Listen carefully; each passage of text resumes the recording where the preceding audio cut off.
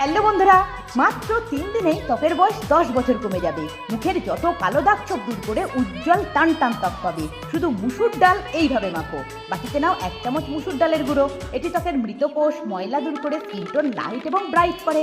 দিয়ে দাও 1 চামচ গুঁড়ো দুধ। এটি ত্বকের দাগ ছোপ হালকা করে ত্বককে ডিপলি ময়েশ্চারাইজ করে। অ্যাড করো 1 চামচ মধু, যা ত্বককে ন্যাচারালি ব্লিচ করে ওপেন পোর্স মিনিমাইজ করবে।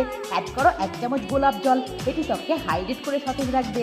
সবশেষে 4 ফোঁটা লেবুর রস নাও। এটি ত্বকের কালো দাগ ছোপ সানট্যান দূর করে দেবে।